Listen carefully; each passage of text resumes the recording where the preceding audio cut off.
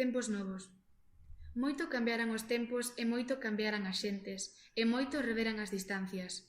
Os que naceran na casa petrucial da Barreira a baixar e os outros a medrar. Na mentres os muros da casa de don Ramón Frade moureaban, erguíanse casas caleadas e xuntaban as terriñas os que sempre traballaran as alleas. A carreteira deixara vos cartos a todos os que nila traballaran. De Cuba ou de Bos Aires tamén chegaban os froitos do traballo e da fame, ou homes que viñan co desexo de montar un tratiño e non volver a cavar na terra. A Barreira, pechada nos invernos, enchíase no brancos moitos fillos de don Álvaro e os convidados que tranquían con iles. Mais as goteiras podrían os fallados, e as terras lonxanas que outrora foran da casa ían pasando a outros donos. No vello xuntamento facíase agora a escola, e acababan con il os fillos do mestre, que ollaban as grandes alacellas da cociña e o chineiro do comedor, cuidando en que mundo de fantasía podería estar aquilo cheo. Mais, como a casa era grandal, ficaba nilas a vela de virtudes, a cárrego das estanzas que non ocupaba o escolante. A beira da carreteira unha grande branca casa erguíase para a admiración dos aldeáns, que vían por primeira vegada aquil xeito de construción con arelas de cidade. Os vellos contaban aos nenos ao pasar por de diante de ila, con moitas voltas e voz moi queda, a pobre infancia do seu dono, perante o cal descubríanse moi respetuosos, e gostaban de referir a toda a xente as verbas que lles dirixía, se diñábase chamalos e falarlles dos pasados tempos. Tamén a branca casa da carreteira enchíase no branco os fillos de don Rosende, que descansaban nila dos seus traballos de estudantes. E nila pousaba o negociante cando as súas moitas angueiras deixábanlle tomar respiro nos constantes viaxes de Fontanela a Souto e de Souto á Fontanela. Don Álvaro e don Rosende víanse e falábanse moito, sempre tiñan algo que tratar, e máis des que o antigo arrieiro collera a contrata da carreteira do correo. Don Álvaro case que non rubía nunca a Madelos se non era para tomar o coche, pasaba o verán dando voltas polas súas terras e falando cos caseiros. Mais don Rosende buscaba moitas veces por mor das canteiras ou as travesas, ou para ofrecerlle o seu alimento co diputado ou as luces do mor dos seus fillos, que xa era abogado e preparábase para notario en Madrid mentres estaba de pasante nun bufete. Don Álvaro xa non falaba de ti ao fillo da señora Rosa, mais lle non puña o don que, en cambio, o Rosende lle daba a il en todo o intre. Mais os vellos tiña moito que tratar e decían na aldea que había cartos prestados polo medio, entre a xente nova non pasaba o mesmo. Os rapaces de don Álvaro só pensaban en cazar e correr trais das mozas. Os suspensos recollidos en xunio non lles roubaban o sono, e tiñan por fatos aos da carreteira, que levando tan boas notas, até nas vacacións andaban cos libros na man por camiños e carvelleiras. E falando con iles sempre semellaba que estaba unha universidade. Pero os fillos de Rosende, aquiles señoritos vagos e incultos que veían entrar os vermes no capital do pai sen coidar noutra cosa que se divertiren. Resultaban seres inferiores e doutro mundo. Algo semellante pasaba entre as mulleres. As señoritas da Barreira vían as da carreteira os domingos na misa e todas as seráns cando rubía o ensamio das rapazas a agardar a chegada do coche, o que sempre esperaban as nenas de don Rosende por mor dos encarregos que lle facían ou que lles traguía compridos ou por razón do exercicio por parte das asisadas mozas das misións de vigilanza e intervención no funcionamento do servizo que o pai delegaba nilas, ben seguro da súa capacidade. Unhas e outras saudábanse de lonxe, pois non gostaban facer de xunturia. As de dona Amelia atopaban as de Rosende moi sabidas para seren mulleres.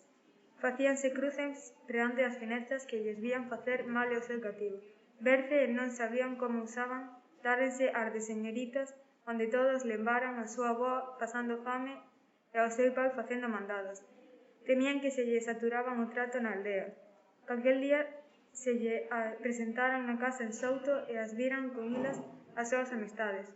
Pero as nenas de Rosende, as señoritas da Barreira, aquil fatado de mociñas, cursis e inútiles, as que o seu pai saudaba con tanto avasallo, resultaban demasiado aburridas. E Madelos tiña xa forno que cocía pezas de pan de trigo unha vez a semá, unha tenda de tecidos, unha fonda, 3 tabernas. O médico xa non podía ameazar os que lle non deran o voto con deixalos morrer sen lles poñer remedio, porque os contrarios fixeran unha sociedade para traguer outro pagado. A mestra embellecía trais da súa fiestra e o crego quedárase por un anaco de pan con un bo caserío no que tiña postos uns cartiños dende facía tempo.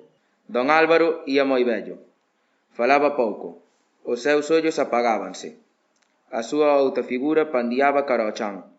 Algunhas veces, acobadado nunha fiestra da súa casa, á hora do solpor, permanecía longo tempo a fitar as terras que o rodeaban, os montes escalvados, por cuyas abas galgaban os piñeiros, as outas xesteiras, o carde no manto das uces, o mel das chorimas, as avalantes centeeiras, os vizosos prados de erva mesta e lanzal, e ao lonxe, masas de cástiros e carballos e uns espallados salgueiros que denunciaban un regato invisible.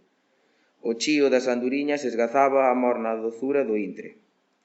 Algún torpe morcego rozaba a fronte do cabaleiro. Os ollos do señor seguían, medio cegos, o camiño do tempo polas mudas soidades. Facía frío, soaban os sinos de San Mamede. A morte, como un mendigo de pasada cansa, acaroábase á barreira. Ben había, ben perto, o neto de don Ramón, e, esquecido de todos esquecido, agardaba, acobadado na fiestra, a tremerse de friaxe, entre o lusco e fusco, mentres o ceo comezaba a estrelecer. As neves de antano. Os pazos esborrállanse, as castes mestúranse, as familias espállanse, os morgadíos esváense. As cidades zugan o campo. Os paxaros perden o agarimo do frouxel en que naceron. Os niños fican baleiros. Os miñatos e as pombas que reboaban as rentes das torres das pequenas eirexas, ao redor dos cativos campadarios valorentos das pequenas eirexas aldeáns, percuran agora as outas torres catedralicias. Fuxen do torrón, arelantes os ollos de albiscar as estéris lousas das rúas, nas que non medra a erva. Soa paxariada vulgar, os carrizos, os peizoques, os pardaus, as pegas, baixan como decote ao rego coñecido en percura do gran, e, azas de curto voo, se non alonxan dos vellos ares. Fican un pouco sorpresos e ao se ver ceibes da presenza das grandes, podentes e fremosas aves que partiron. Mais motivos medran e ocupan os niños baleiros. Den pois de reboar un pouco rentes de iles con unha migalla de medo, temendo que a sombra das longas azas mouras ou brancas paire aínda en col do aleixoado fogar.